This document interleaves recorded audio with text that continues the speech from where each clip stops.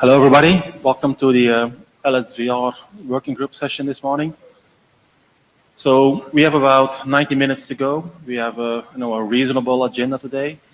We have a little bit of slack time, but it really depends upon how the discussions actually go during the sessions itself. So to kick off with, first on the administrivia. So we have a Jabber scrap. Victor is going to take the honors, unless there is somebody else in the audience willing to look at the Jabber thing. So many volunteers. Then the minutes is like another moment to actually glare at your screen. Any volunteers for minutes? Okay.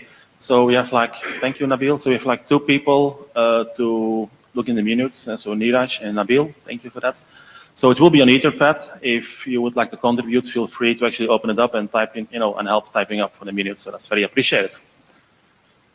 So the next thing is the note well. If this is the first time you see the note well this week, not really sure you have been attending IETF a lot during the week either, so you've probably been exploring, Prague too much.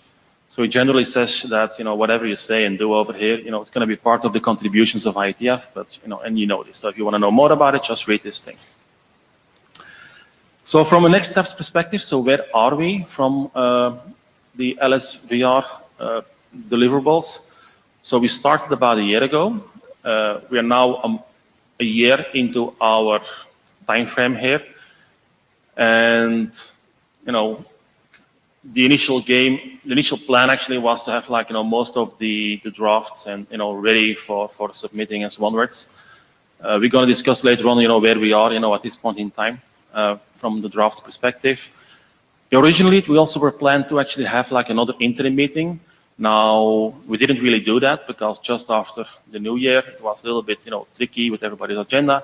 Now, at the same time, we also did a working group last call on the main draft, and that actually required some work. So I think the interim actually was not really justified to do it at that point in time. So the agenda for today, we actually have 4 main topics. From what you will see. So first we're going to be, getting an update on where we are from the LSOE perspective. So what actually changed in the latest draft and some other updates. Then the second topic we're going to be talking about here is a use case of the LSOE technology. It's not really associated to what LSVR is exactly about, but because it is actually a technology using LSOE, and because LSOE is actually adopted in this working group, it's interesting to actually have some awareness of what actually is happening there. So that's going to be 50 minutes, and I'm going to, the plan is to keep it to 50 minutes and not longer. Then the next topic we're going to be discussing is the synchronization with the IEEE. So I'm going to be mentioning it later on also in the working group here. So we have sent a liaison towards the IEEE regarding the LSOE technology, and to let them know about it. And the IEEE has received that well, and they have sent us a response back on their perception of what actually is happening here. And then at the end, we are going to be discussing the latest updates about the LSVR, BGP, SPF, and Keyuro AC is going to delivering the presentation. So that is the agenda. Alvaro. Hi, Alvaro Retana. Just to clarify, that point where Paul is listed as speaking, those are 2 separate points. Sorry, say again? Right there, we were talking about the liaison. Mm-hmm. You said liaison, LDPV2 proposal, update, Paul as the speaker. Those are 2 separate items, or they're the same item? So looking at so he's going to be discussing from looking at the slides, he's going to be discussing the liaison response, a very short overview of what actually it is, and he will also discussing what the LDPV2 technology is about. Correct, Paul? Correct. Okay. So any further agenda bashing, or we're all happy? Everybody's smiling, you know, amazing.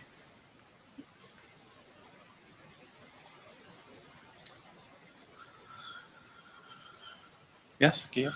Kevin Patel. If you go back a slide, I just wanted to call out that the Yang model work is underway. Some of us have been focusing on the implementation, obviously, and as part of that, we've been trying to define. So if there's anybody who's working also independently, we're happy to work with them. Okay, yeah, because it's one of the deliverables, and right now it's not you know, in orange state anymore. It's more like in the red state. Thank you. This is where we are from respect of the milestones and the deliverables. So we have most of the work ready. The Yang is what, you know, Keyur actually mentioned. So it's actually in process of being created. Now, when we started a year ago, you know, we actually were not thinking about LSOE as part of the LSVR working group, but we, in the meantime, you know, we did like a call for adoption, and the work actually got adopted into this working group here. So we actually have this now as a working group document, because it is really, you know, a technology like that is, you know, key for, you know, for our link state vector routing to behave in, you know, in a correct way.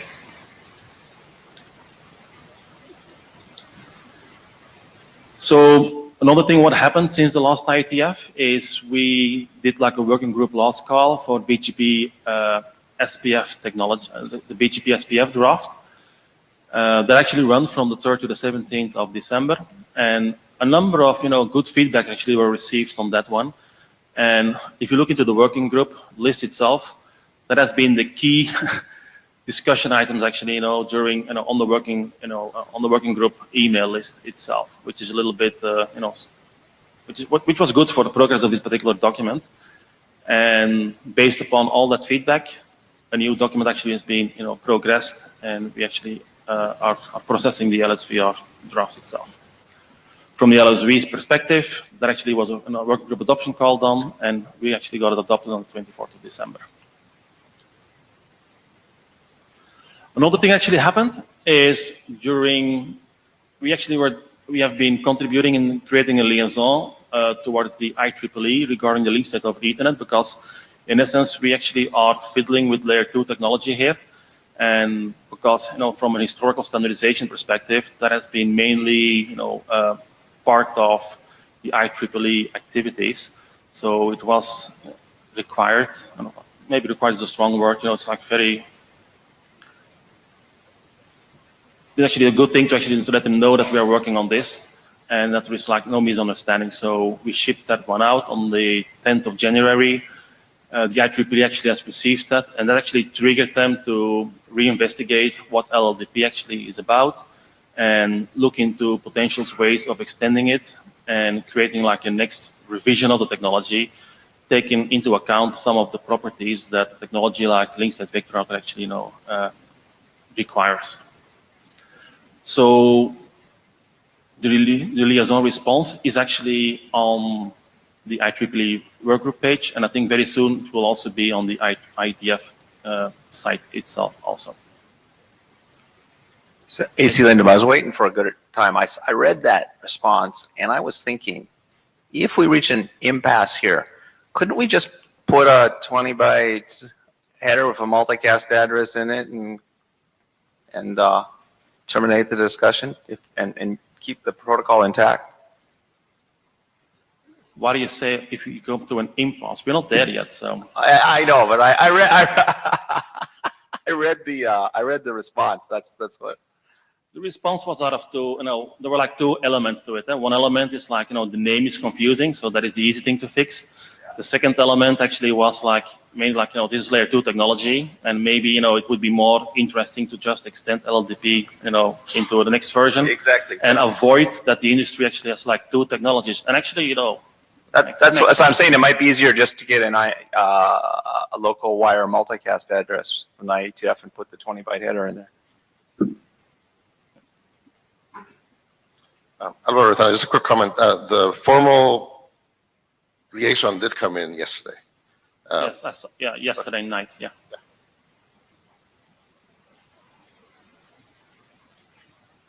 just to respond to John Scudder, to AC's comment, I sort of had the more negative reading of the liaison that AC did.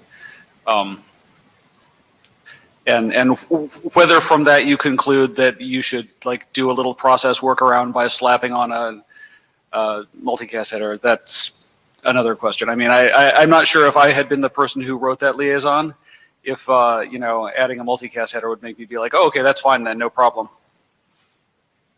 I mean, it is a technical workaround, but it's not a workaround for a technical problem, so I'm not sure if that's really addresses it. Randy Bush, Arcus, and IIJ. Just so everybody knows, Paul and I collude with each other. I don't pay attention to the liaison stuff, but he has been very helpful in LSOE, and I've tried to help with LLBTP v2. So let's not create unnecessary conflict here. Correct. Yes, that's what I was alluding to. Sorry, John Scudder, to add one more thing.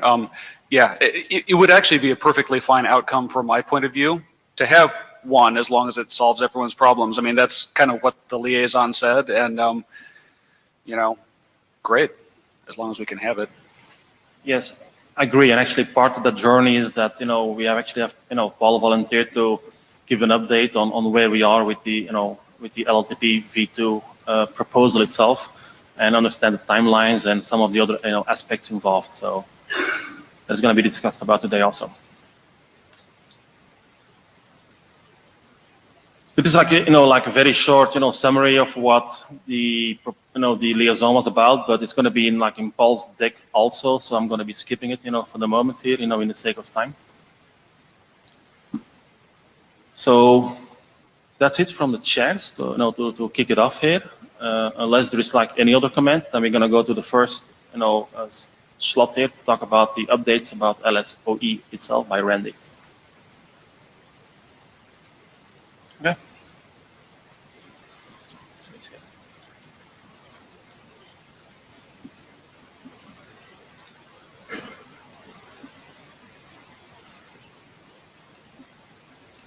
Hi, Randy Bush, IJ and Arcus. I know it's crowded in here. There's room down front if you need it. That was a joke here. Okay. They've given you some of the history. This is just going to be an update. You are expected to have been tracking the draft. Okay. I just want to thank some of the people who are here. John gave a number of excellent reviews. Rob, of course, Niraj. Larry Krieger back at Arcus waxed layer 2 clue into me regularly. Paul Congdon's been very helpful, and others. It's now a significantly more mature draft, I think. Let's remember the goal here, okay? We're trying to do link layer topology discovery and liveness for the control plane of LSVR. Okay, that's the goal. Just a reminder of an overview of the protocol. Okay, it's conversation happening at layer 2 to push the discovery of these interfaces up to BGP SPF, who then builds the topology and the address mapping, etc. Okay, so you've read the draft, of course. So I'm going to talk about what's new. The first thing is surprising, and you'll get to hear from it. Niraj has extended it already, which if you are an IETF traditionalist, you know that's actually a good sign when you get surprised by somebody extending your protocol. He's using it for EVPN discovery instead of endless ARP snooping. And I needed this to get the cat pictures in. Okay, so what are the details? The new version have clearly delineated a transport layer of frames that can be used to build very large PDUs, and a state machine over that transport. So you can take Ethernet frames and build large LSOE PDUs, okay?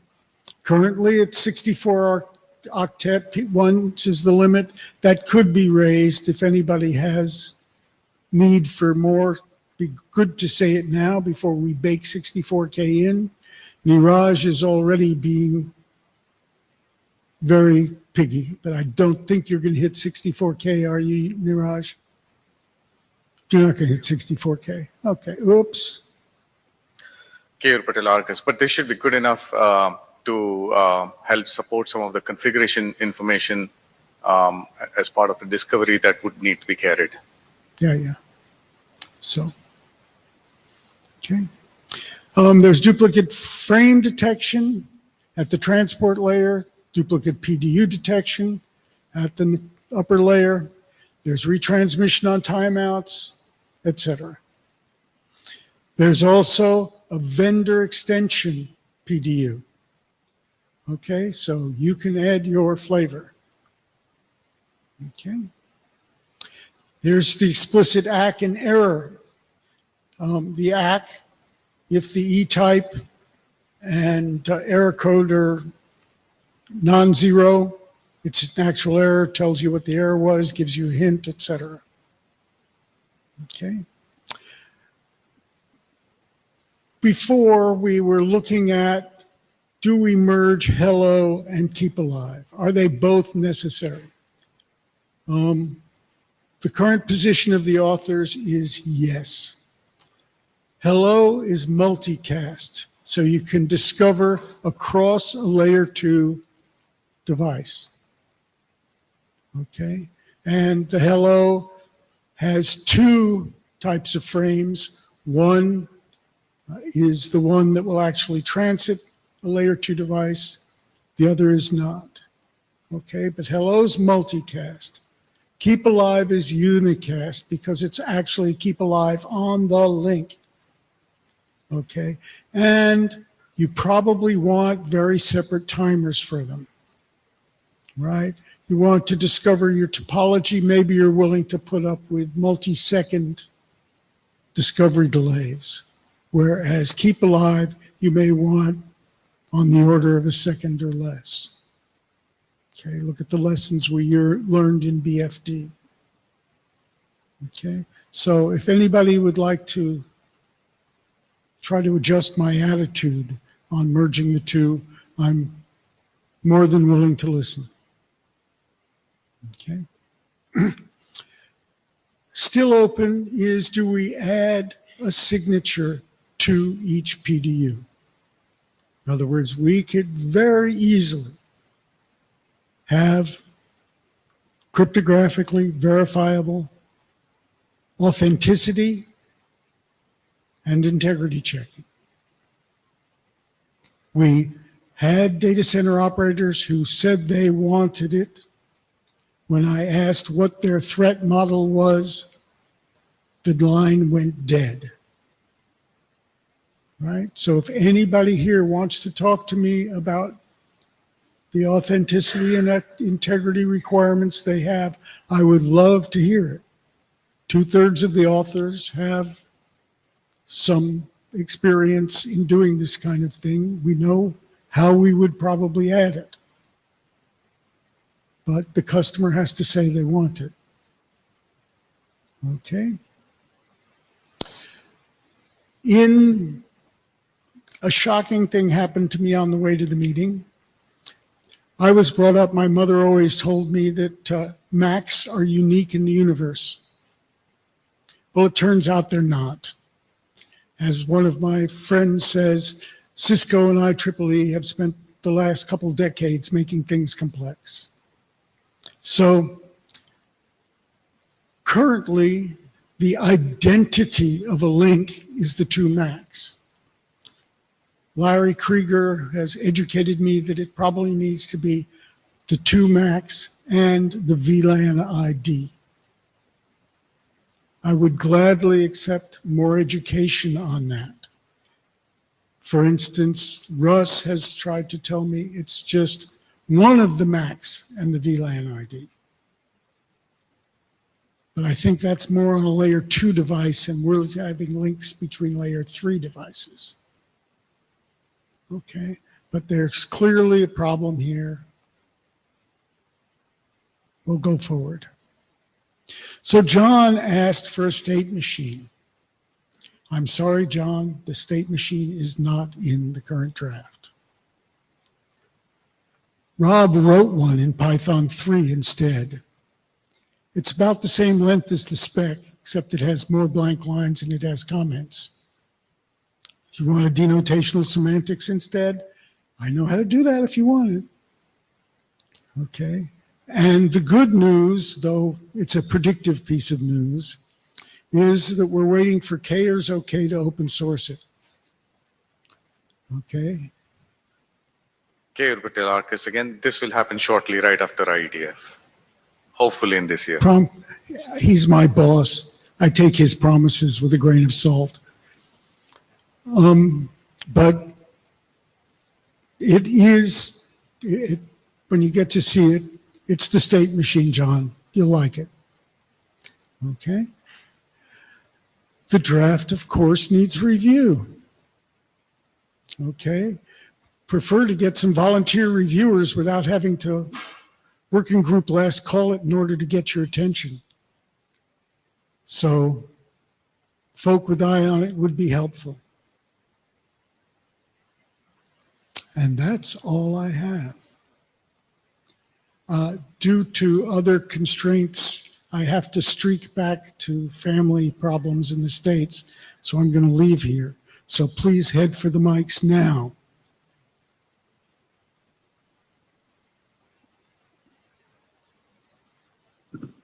John Scudder, thank you. I'm glad to know the source is the documentation, always sort of a mixed message. But snark aside, I have a question, and it's really a question about what you said about security. You said the users have to ask for it, and I'm not the user, so I'm not really here asking for it, but often what I hear in the IETF is we do security unless the users tell us not to. No, I didn't say that. I said they have to tell me what their threat model is so I can make sure the security beats that threat model. Okay, that's actually, as the words were coming out of my mouth, I realized that I was making the common error of conflating a crypto hash with security. That's sort of like saying, oh, I put TLS on it, and that's the same as securing it. So yeah, Right. Shame on me. But If nonetheless, you want security, you can use IPsec, right? Nonetheless, I do hope that, you know, more people in the group other than just you and me are going to have this conversation, because I think it's important. I would gladly put it in. I just want to make sure I'm putting the right stuff in. Rob Osstein, Arcus, one of the co-authors. All joking aside, essentially what we've gotten at this point as far as security is our threat model is that somebody told us we need to have security. We don't know what that means, but we need it. That's as far as it's gotten. You can't design from that, so that's why we're waiting for input. I even suggested some aspects of the threat model. In other words, somebody walking in and plugging into your class, or so on and so forth, and nobody rose to the bait. Rank hath its privileges. Okay, I'll go with that. So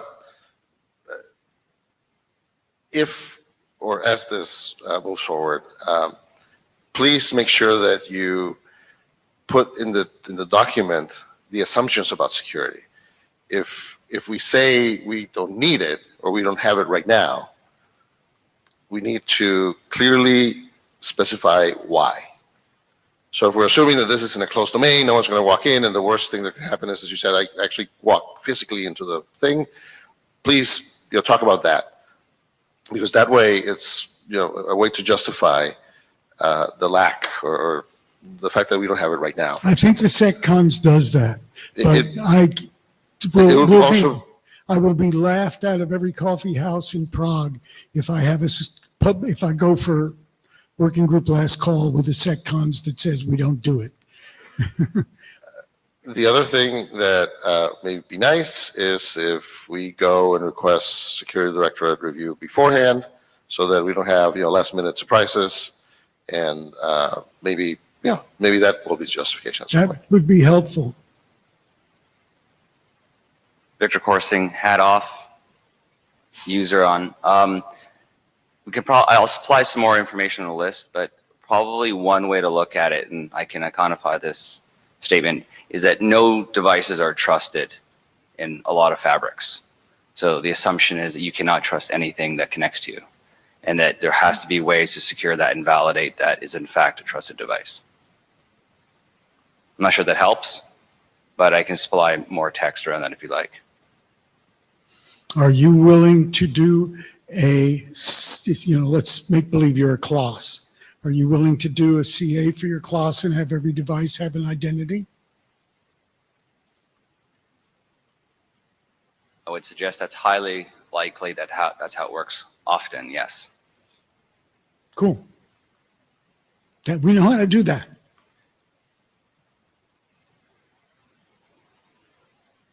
Ladies and gentlemen. Okay, then maybe one question. You can, just, your last slide, you actually were mentioning that you were looking for volunteers for like reviewing the work, correct? I'm going to ask the question on the list also, like, is there like anybody in the room here, like, willing to sort of like stick up their hands and actually, provide a review of the latest LSOE document? Nabil, Sean? Okay, I will ask the question on the list also, but already thank you. So John Messenger, I would encourage you to liaise with IEEE 802.1 and use Layer 2 mechanisms defined in IEEE, because we're the guys who know how to do Layer 2. Thank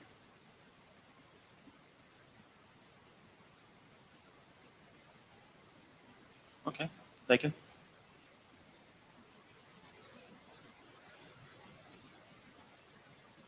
Hirash, yeah.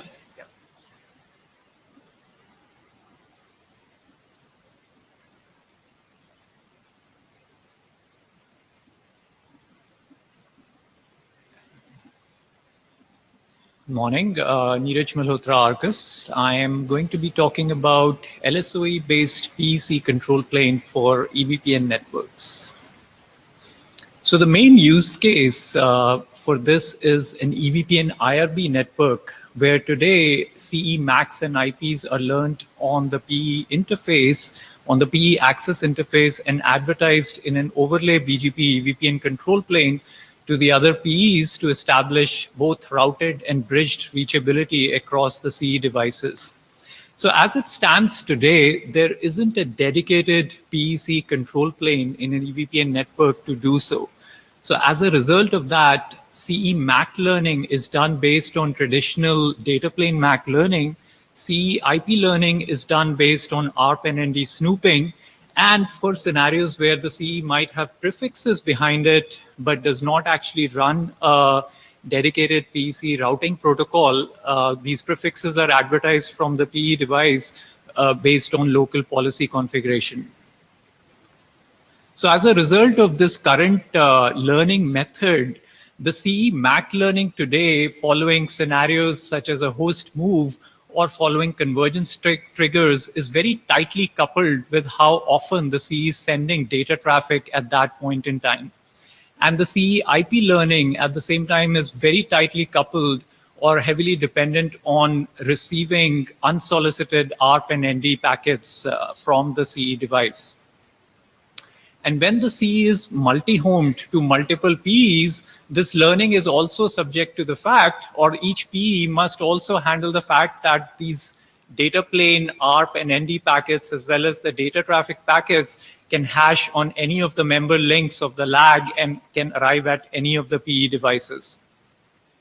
So what is proposed in this draft is a PEC control plane option such that PCE MAC learning or the CE MAC learning is fully decoupled from data traffic received from the CE, and CE IP learning is fully decoupled from ARP and ND packets received from the CE.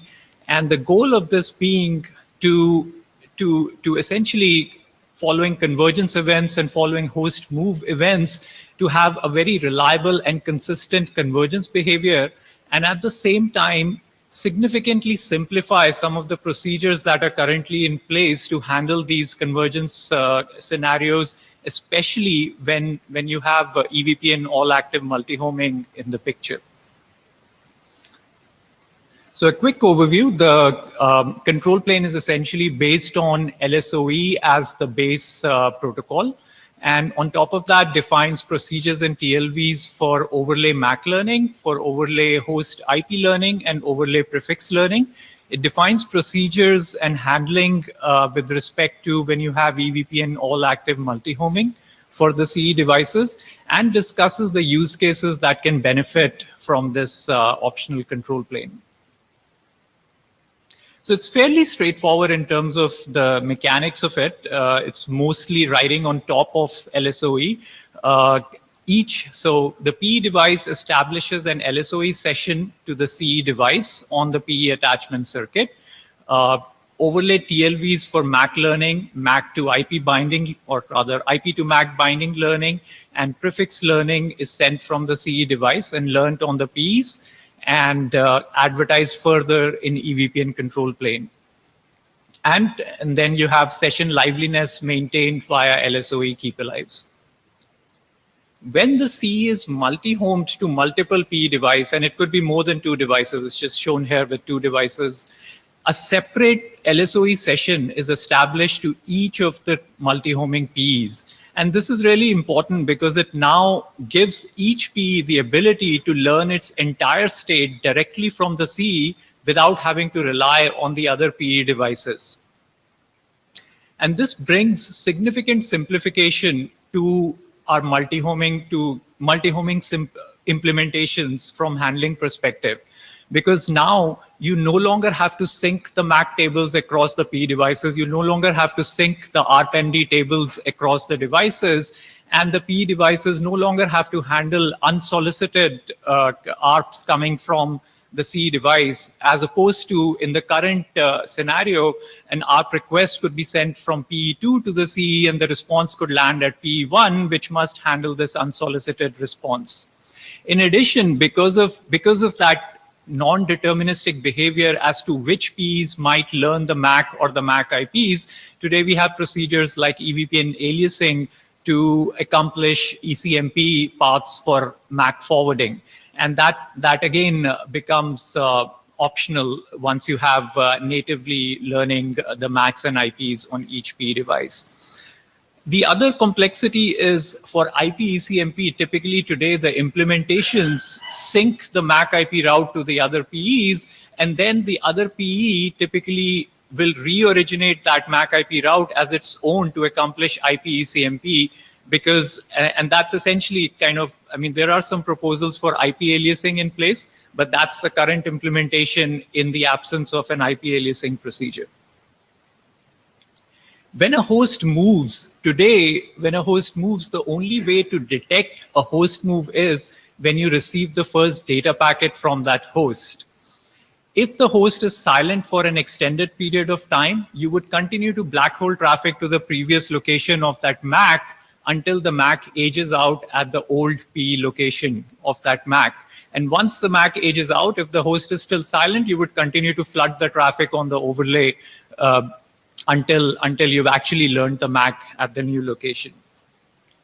So just to take a closer look and appreciate the actual complexity involved today with respect to handling a host move. Essentially, when you receive the first packet from the host, that packet triggers the host move event in hardware, and typically it will be sent as a packet punt to the CPU or sent as a MAC move event to the CPU.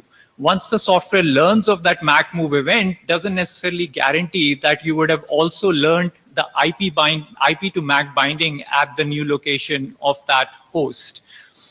because you may not have received a gratuitous ARP from the CE at that point.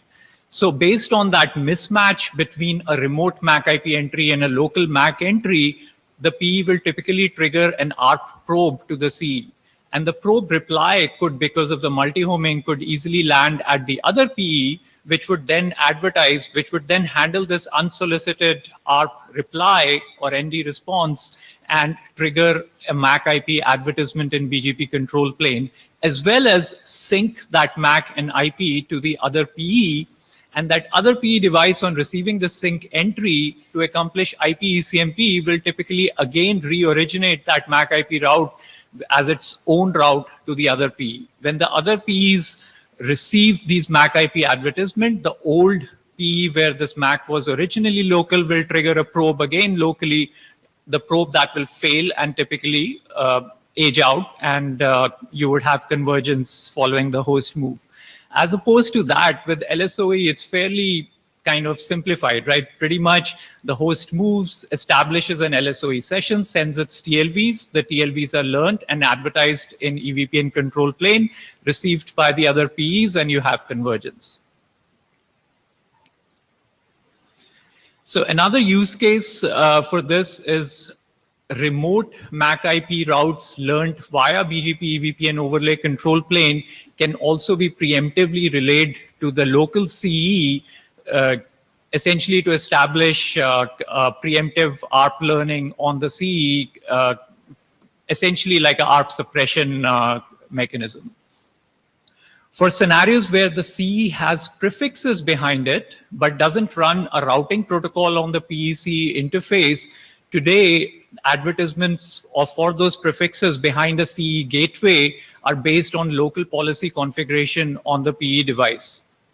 So again, this local configuration overhead can be replaced with sending these overlay prefix TLVs via LSOE from the CE to the PE device. So in summary, basically two main sort of goals that I would want to highlight for this is, one, essentially trying to achieve a very deterministic and reliable convergence behavior across all convergence triggers and host moves.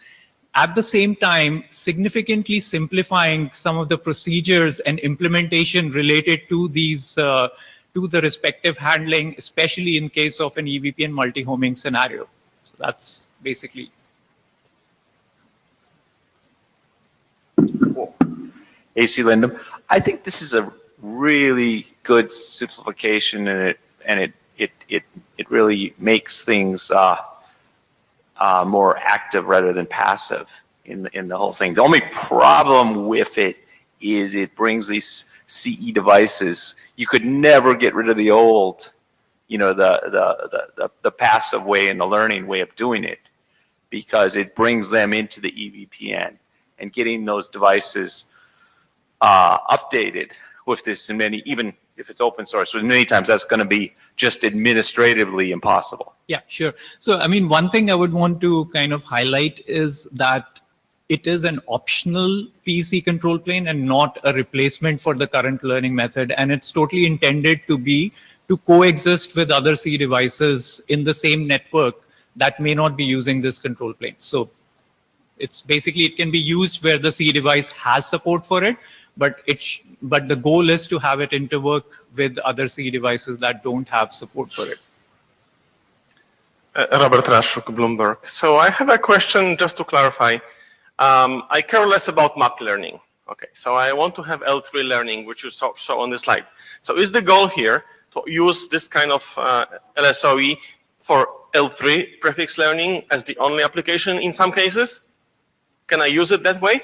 You should be able to, right? Like, I mean, basically, so all the TLVs are optional. Essentially, you can, if the C is sending MAC and IP TLVs, you would use them for MAC learning or host IP learning.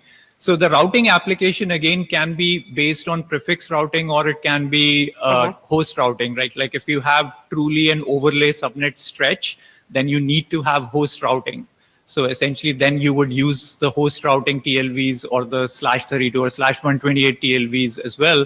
Otherwise, yeah, you could simply use if you have the other use case of, the CE being the gateway, first hop gateway for prefixes behind it, and you want to advertise those prefixes with the CE as the gateway, then you could use it essentially for just the prefix learning TLVs. Okay. Do you have any interaction in Kubernetes communities or any other outside of, IETF with this kind of proposal? Are you proposing it there to make it more real? Not yet. I mean, nothing, no progress on that front yet. Hi, Paul Congdon.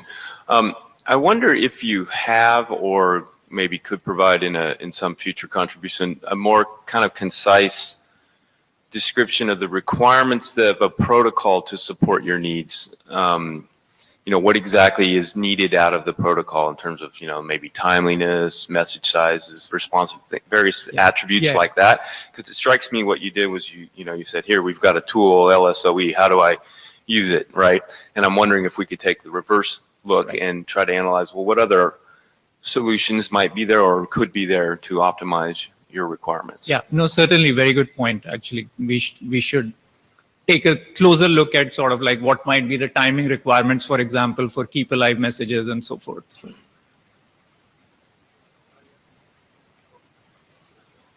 Yeah, Sharkash, I have a question actually. I guess in service provider deployments, C and P devices support LLDP. Have you studied with respect to the MAC addresses, what can or cannot be achieved with the current standard LLDP?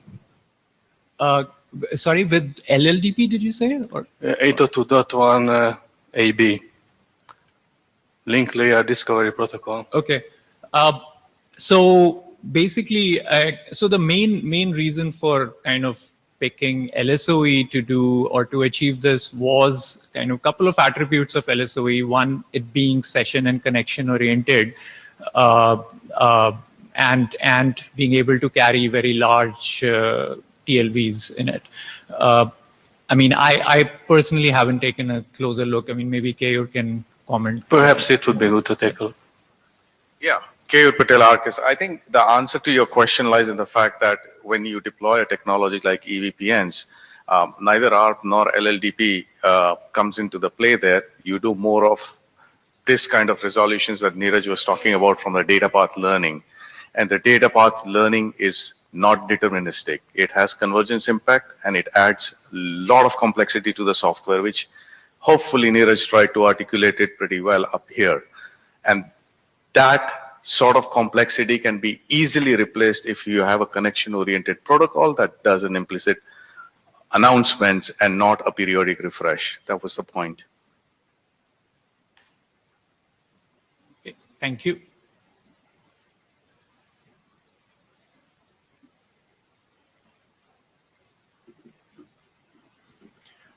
Randy Bush, I just want to apologize. I'm not leaving because of your presentation, Paul, but I've got medical stuff back home and I have a flight that departs in 2 hours. No worries.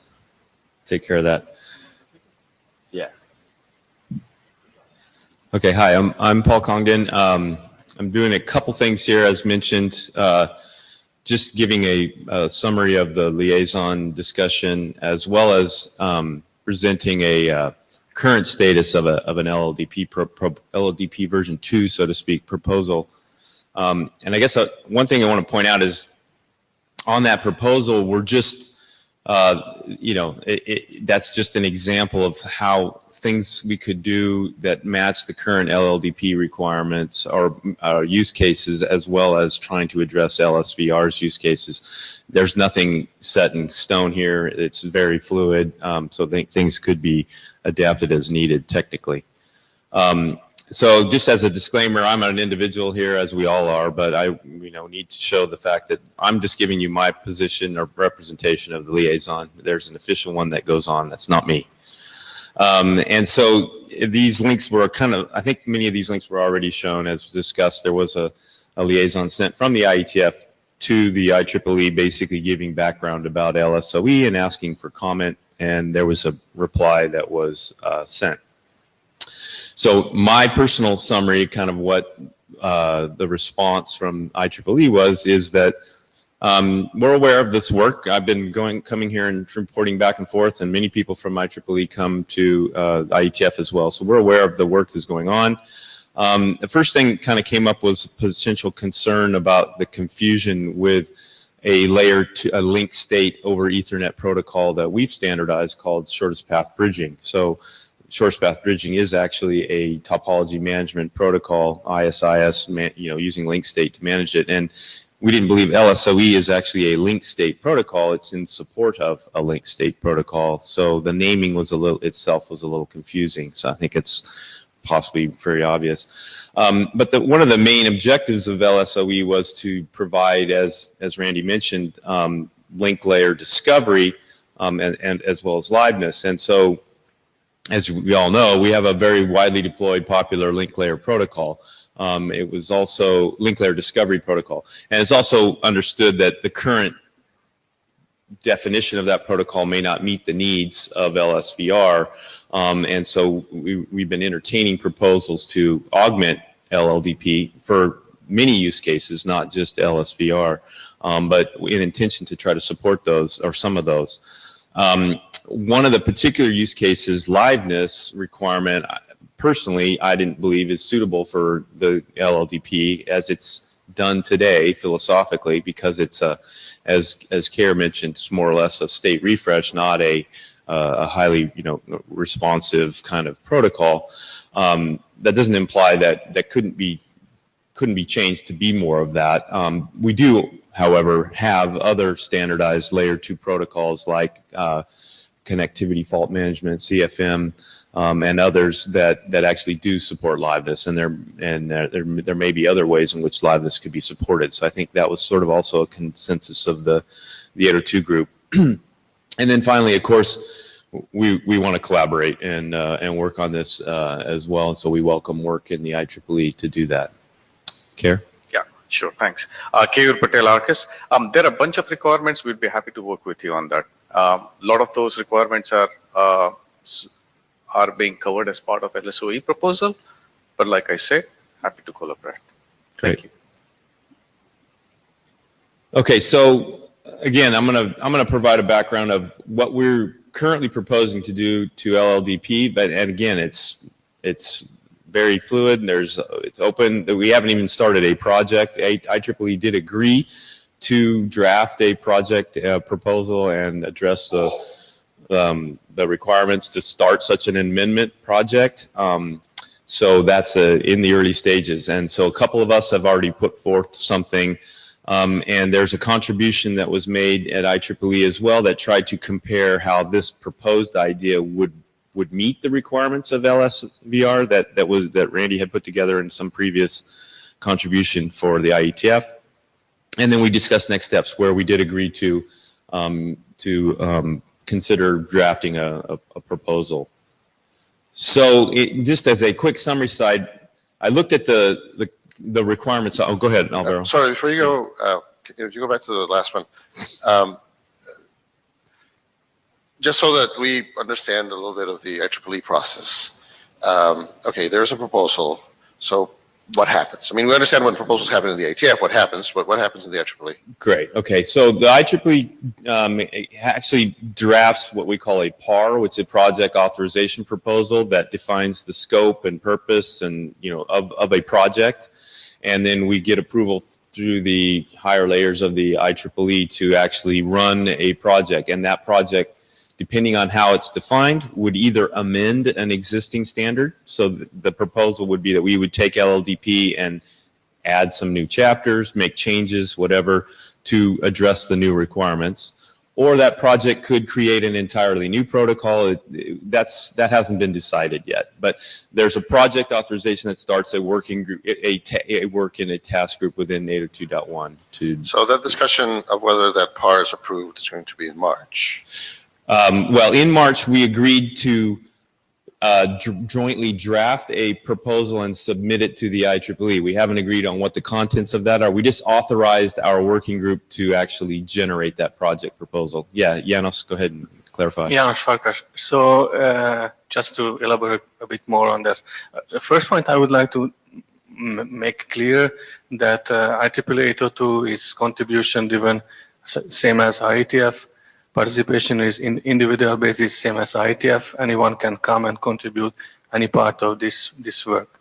So the next step, what is happening, so this past plenary, we have authorized the forthcoming May interim to specify the project specification, the project authorization request. So the wording of the group who would be the host of the project 802.1 will be done and finalized in the May interim. There can be discussions up to that point, and in the interim, we can have discussions on the weekly TSN calls, easy to request an agenda item. We can discuss these topics in preparation for that meeting, and the PAR text will be crafted at the May interim face-to-face. What happens afterwards is that this PAR is pre-circulated for the 802 plenary, which is in July.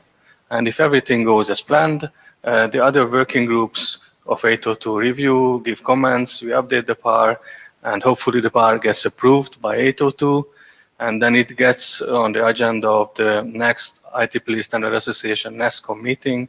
If everything goes fine, it gets approved, we have an official project to run. And we can work officially in the project from the meeting onward, from the September interim and on TSN weekly calls. And we have various ballots. We can make those steps and so on, and we can done with the project 1.5 years is reasonable if everything is quite clear. Or if it is a shorter project, it can be 1 year. Depends on how the contributions, discussions, agreement, consensus building is done. So just a quick question then on that one too, as a follow-up, sorry. So that means, you know, that the timing would be like between now and like 1.5 to 2 years to come to something, correct? So, Dorothy Stanley. So on the question of the timing, Janos described the process for launching the project officially. And given where we are now in March, the official launch of the project would, the soonest that could happen is September. Given that, work in a study group can carry on starting now. The project would be officially started by IEEE in September at the September Standards Board teleconference sessions, and then work could continue. And then the project is authorized for 4 years.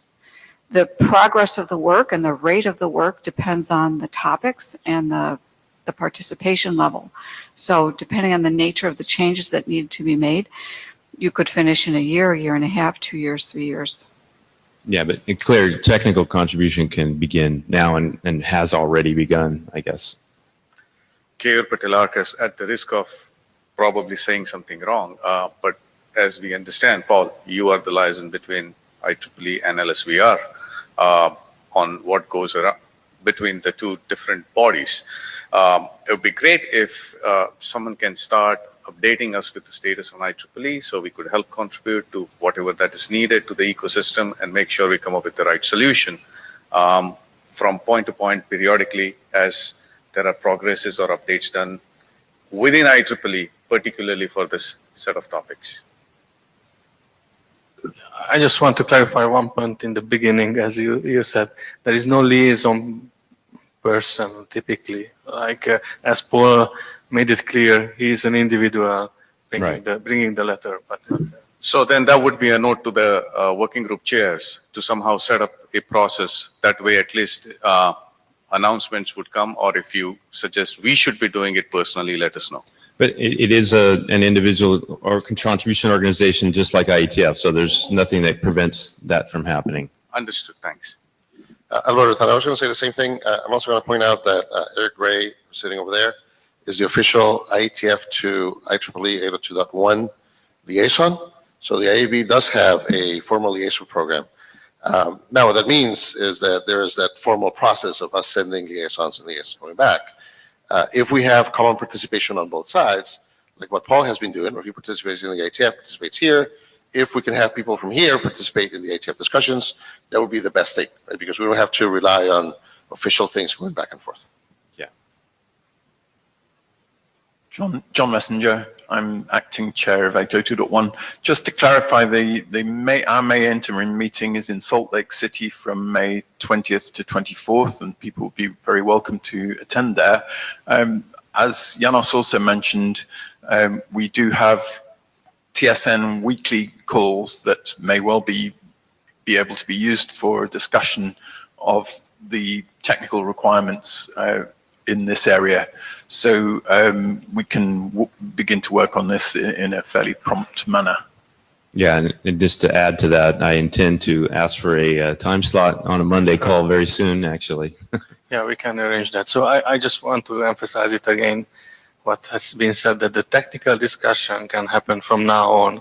This is kind of, if I would like to try to make an analogy, this is before an IETF analogy, like this is pre-part discussion in IEEE, kind of before working group adoption discussion in IETF. Similar, kind of similar stuff. So we can have the technical discussions ongoing now and officially with the project from September. Yeah, there is a lot of discussion on the different processes between IETF and IEEE. They're not so different in many ways, and that is documented on the coordination website between the two organizations. And we have a lot of history of working together closely on various things, so there should be no barriers really in that process. Okay, so let me transition into discussion of kind of what I and a couple of others of us have been proposing. And again, it's very, there may be many changes that could be considered to this. This is nothing cast in concrete. I did an initial analysis of the ideas and how they might meet requirements from LSVR, and that's been presented previously. This was simply just looking at the list of information that is being exchanged in the LSOE messages today, and determining, well, could we put that in an LLDP v2 TLV? And clearly many of the things like MAC addresses and IDs and attributes lists, we believe are very obvious that can be done. There was a question about the authentication data itself, like we don't know what the security proposal is and how big it is. Currently there is a limit to a TLV size in existing LLDP. That could be extended as one of the things of this project, for example. Obviously, encapsulation addresses, keep alives was one thing. So keep alives, again, there was sort of a desire for a 1 second type of link, liveness. LLDP wouldn't really work well unless we define something specific for keep alive. Today, you send the entire LLDP information when you send something, and so we wouldn't want to send in everything every 1 second. So something would need to be done for that. But again, we also felt there are other layer 2 liveness solutions that exist and are widely deployed as well. And then in terms of acknowledging information, that's an implicit part of this new proposal, because the main objective here is to send more than one PDU's worth of data. So in order to do that, you immediately bring in the need for acknowledgements and things. So that was a summary. Have a look at that, and provide me feedback or anything. That's fine. AC Lindum, I don't know if you've looked at it, but we also before LSOE there's a draft that I wrote the bulk up to use LLDP. And one thing, we really need bigger TLPs because just there's the organizational specific for the IETF. You could fill that up very quickly, and it wouldn't really help you to have multiple PDUs unless you could. It would really be cumbersome if you don't make the TLVs bigger. Okay. Keyur Patel, Arcus. I'm talking about the same draft that AC is talking about, which I have co-authored. And really, there are numerous use cases that we want to go attack. And like AC said, for that, extending PDUs is one thing, but you really need other things as well to make that, which would fundamentally alter the protocol, and we should chat about that. Like I said, happy to contribute. But there are more than one use cases. Periodic refresh, eliminating them is one of them. Right. So that sounds like an excellent topic for one of our phone calls. So that maybe we'll get that on the agenda soon. Okay, again, I'll go briefly over a quick summary. Why were we doing this? So, one of the main things was to send more than one PDU's worth of data, but there might be other things.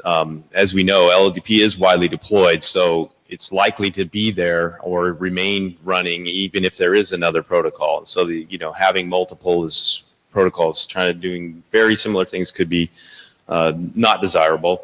But again, we do need to meet all the different use cases. So, and again, the number of things that we keep sending in LLDP continues to grow. Every time we add a new standard protocol, we tend to add another TLV. And there's millions of vendor-specific TLVs out there as well. So, again, we've looked at motivations of people to do different proposals just because of this PDU size issue.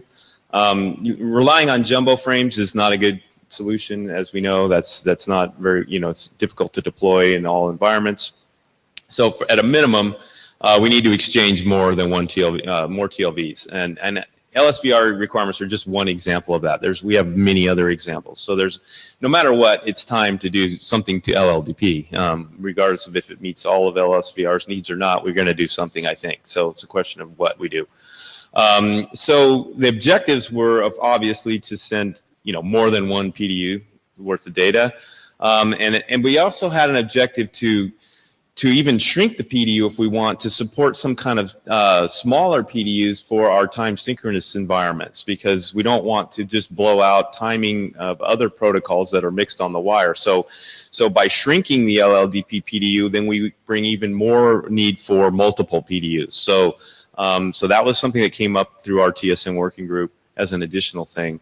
And of course, one key objective that I'm pushing for strongly is the ability to communicate with existing LLDP that's out there. Obviously, not all the extra data, but at least the first PDU's worth of data. A version 2 should be able to talk to a version 1 and get the exact same capability we have today. But if you do version 2, you get this extra capability. So that's an important aspect, I think, of our proposal here. We want to make sure that this works right, of course.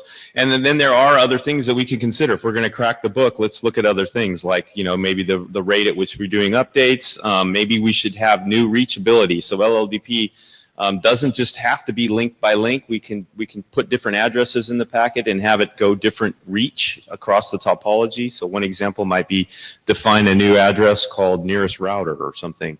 And that might be very useful for clients discovering their gateways or all the gateways that are out there. So there's I think some useful use cases there. And then finally one, I think, which I just heard today, was allowing a larger TLV itself. So rather than currently we're fixed at 511 bytes of information, making that larger, or some method of fragmenting or whatever would be needed to support that. So those are ideas.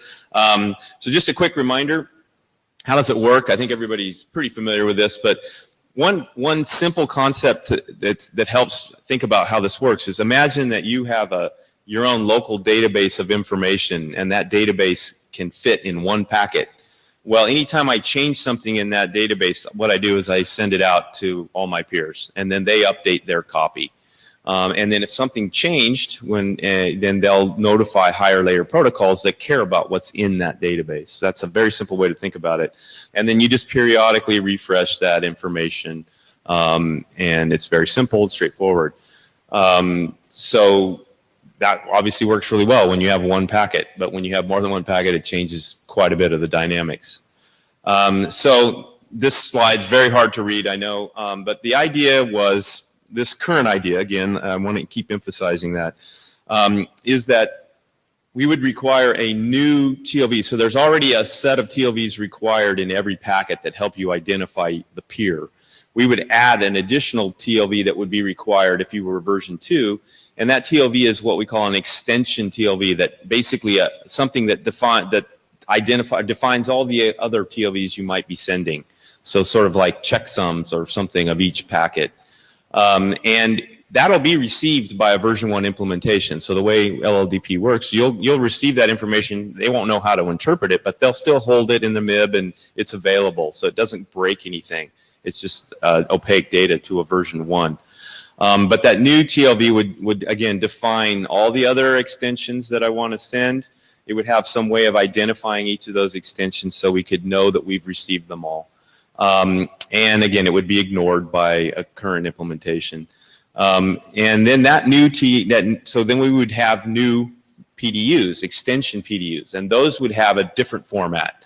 At least they would have something that makes them ignored again by a version 1. So we don't want a version 1 implementation to wipe out his database every time he gets an extra packet. So we would have it such a way that that frame was ignored. And there could be many ways to do that, the easiest of which is just to use a different ether type. And then when a version 2 person receives the main PDU that gives a description of all the other PDUs, if he doesn't know, he doesn't have those PDUs, he would send a request message. So he would send, hey, I'm missing the following information. Please send it back to me. So that's how you would get your database synced up, if you will. So there's a couple cool optimizations about that. Usually LLDP, once it's stable, nothing changes. You're just kind of refreshing in case up here popped up and he needs to hear about it, and you support shared media. Nothing really changes. It's just sort of going on. And so we don't have to send all the world's data every time. So with this new proposal, we would just send that first packet and be very compatible with existing implementations. And we could age things and stuff similarly. Currently, the number of extensions that we can send, extension PDUs, is limited by how we describe them. We're going to put in a TLV, we're going to describe all the other packets, so I can only describe so many. The current proposal is using like a 16-byte checksum. Maybe that's overkill. So that only allows like 31 packets. So it's not quite your 64K that LSVR has. I think it's about 45K. But again, that we can change that by shrinking the size of that checksum. Okay, so here's kind of the proposed operation of this proposal. So you imagine, you got two agents. This agent on the left, he has a local database. Let's imagine he updates something in his local database, and it expands multiple packets. As soon as he does that, he's going to send out the first TLV, the first packet, which is compatible with an old implementation, and then he's going to follow it with these existing packets. And so the receiver's going to coalesce those, get those, and when he's received everything and it all looks good, he's going to tell his higher layer protocol, just like he does today, hey, something changed in this database, go do what you need to do. So then let's assume that that agent, that this other agent hasn't been around before. Nothing's changed. He's going to send his first packet back that just says, here's a description of my database. If that person has never seen that before, or he doesn't have the accurate view of the database, then he's going to send what we call this request for extension. So he's going to request the missing packets. And then the other agent would just reply with those missing packets. Everything gets synced up, and again, we update the higher layer.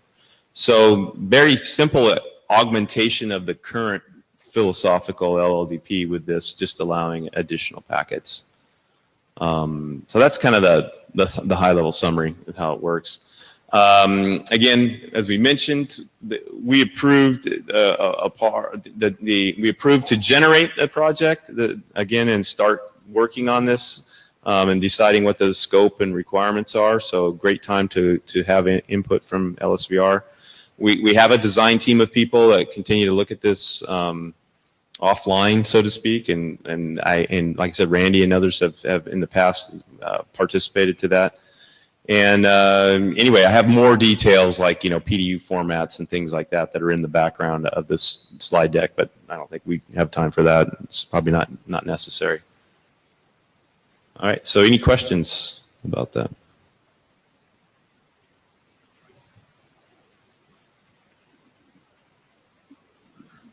Just for information, I want to come back with a clarification to an earlier point made in the very beginning at the chair's intro. Somebody said the person who wrote the liaison letter. The way it happens in 802.1 is not a person writes the letter, but the group. So actually, we sit in a room, Like here, it's on the screen, and we do the wordsmithing like 60 people, 100 people in the room. So that's the group's message, not one person's. The other thing I thought it might be coming back. I heard that this point has been made before in this group, that actually it is not likely that it would be good for the industry to have two protocols for the same problem. It seems better for everyone to have a single standard, a single protocol. That's why we do standardization. So for link layer discovery, we already have a standard. And if we have two standards, then everybody has to implement two protocols. So it's not that good for the industry. Keyur Patel Arcus, let's get the requirements sorted out first. I think we can follow up with the solution later on. As long as the requirements match what we are after, I think the protocols can be worked out. But I can clearly see some of the requirements missing, so we should chat. Okay, yeah, I'm happy to chat with you offline, and happy to also coordinate with the TSN working group a phone conference where we can share that. Okay. All right, thanks.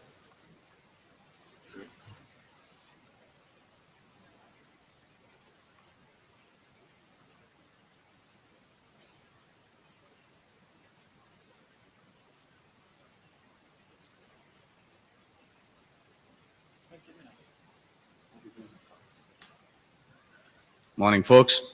My name is Keyur Patel. I'm going to give an update on BGP SPF draft. So the draft itself was updated in December.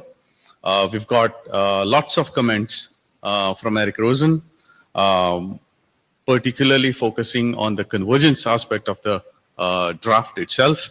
The draft, we've incorporated a lot of those comments as well that we received. It's in a fairly stable state. We've also received lots and lots of reviews from folks that has been incorporated. Implementations are way under way to get it going. I know at least one implementation that got the SAFI up and running and SPF being calculated. We're going to start publishing some simulation results pretty quickly. The change with version 4 that came mainly was an addition of link NLRI attribute, BGP SPF status TLV that was added. This is to signal when the link goes down without immediately withdrawing the link NLRI itself. And this is to aid faster convergence when you have link outages. The similar kind of status TLV was added for prefix NLRI that would be applicable to the prefixes for that link that had gone down. And this is again to aid fast convergence. Aside from that, there is no more update.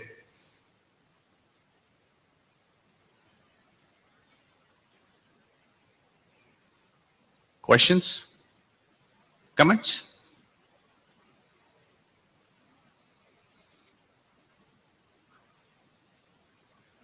So, Alvaro Rotana, the only comment that I have is that I would like to encourage the working group, again, to please have discussions on the list. Maybe we can get some more reviews, volunteer reviewers, etc., so that we have just more going on. And to that point, specifically, if you're implementing and you have an implementation on the way, let us know. Would be happy to do some interop testing as well.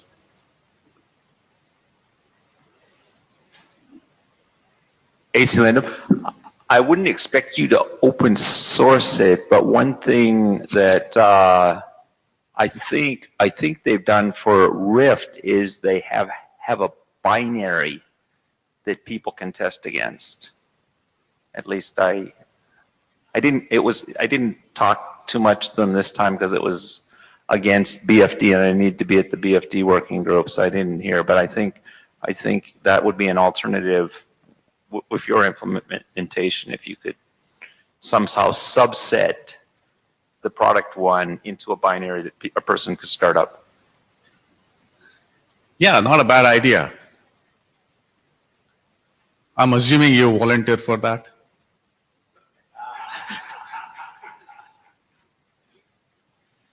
So here's a question to the group. Is we seem to have a draft here that's starting to get mature, or at least so we think. How many folks in the room have had an opportunity to read the latest version of this draft, or potentially maybe the penultimate version, the previous version, just as a show of hands? So we have a few. So what we'd probably want to do, as Alvaro mentioned, is we'll go to the list, and we would like probably some additional review. So we'll sort out how we can coax a few folks into doing kind of a detailed review. Is at this point we want to make sure we kind of vet out any additional challenge, or if there's anything else that we have to resolve or deal with in the draft, we want to make sure we get that done. So we'll make that ask on the actual list itself, as well as to also have, like Alvaro mentioned, the comments. If there's questions, concerns, or things we need to address, we would really like to see that on the actual list itself. And even if folks had any sidebar conversations, please relay those onto the list so we can see what that is, and so we can, effectively mature this out. So, yeah, this is the last item. The other thing, Alvaro, I'm going to try to encapsulate the conversation we had. There was a lot of discussion around the liaison and working with people working back and forth. So we'll try to capture that just so we understand whom will be actually contributing with the folks over, like Paul and whatnot on the IEEE side. And we're going to try to sort out I heard a lot of discussion around the requirements. I want to understand with Gunter how we can make sure we get that pulled out, and we really understand what that is. I heard it a few times. I didn't really hear a resolution on that just yet, so we'll come up with some ideas as to how to kind of get that resolved, and then play that back so there's clarity as to how we want to get that done, so we don't assume positions at that point. Is that fair with you? Oh, coming to the mic. Sure, that works fine for me. As I said before, I think one of the best things that we can do here is to have that people cross-working in both organizations, not just depend on Paul to bring the messages back and forth, or formal liaisons, but to have that interworking. Yes, would be great if we can have a list, a document, an email, something at least that we can point to and say these are the requirements specifically, so that we can share with everyone else at the same time. Am I done? Yeah, you're released to go. Thank you so much. Maybe I just thought to mention one of the recent examples about the good collaboration between the two organizations, IETF and 802. There was a project in 802 to specify extensions for VDP for NVO3. So the NVO3 working group and 802.1 has been working together to extend basically an 802.1 protocol for NVO3. So that is one of the recent examples of collaboration. Thank you. Noted.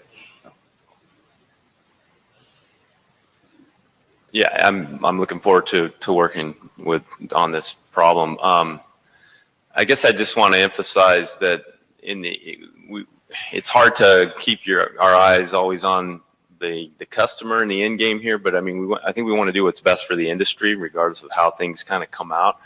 And just from a taxonomy kind of point of view, there could be obviously several things that could happen.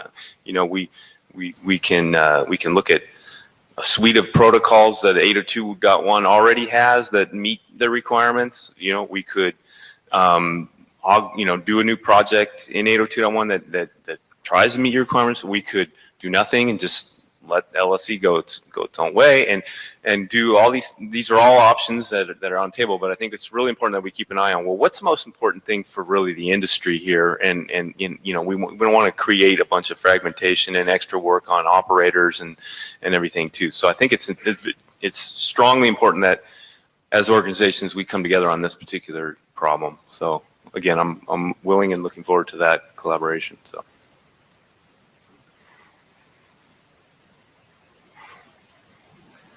Rob Ostine, Arcus. Just an architectural level, for whatever it's worth. The IETF has been down this road before in other protocol suites. For example, we have X509 versus DNSSEC, right? And really part of the issue in those cases is there enough that's different about the requirements for this protocol that it really needs to be a separate protocol? And that's why I think it's actually really important that we do the requirements analysis, because DNSSEC really did have special requirements, packet size, and just too much baggage.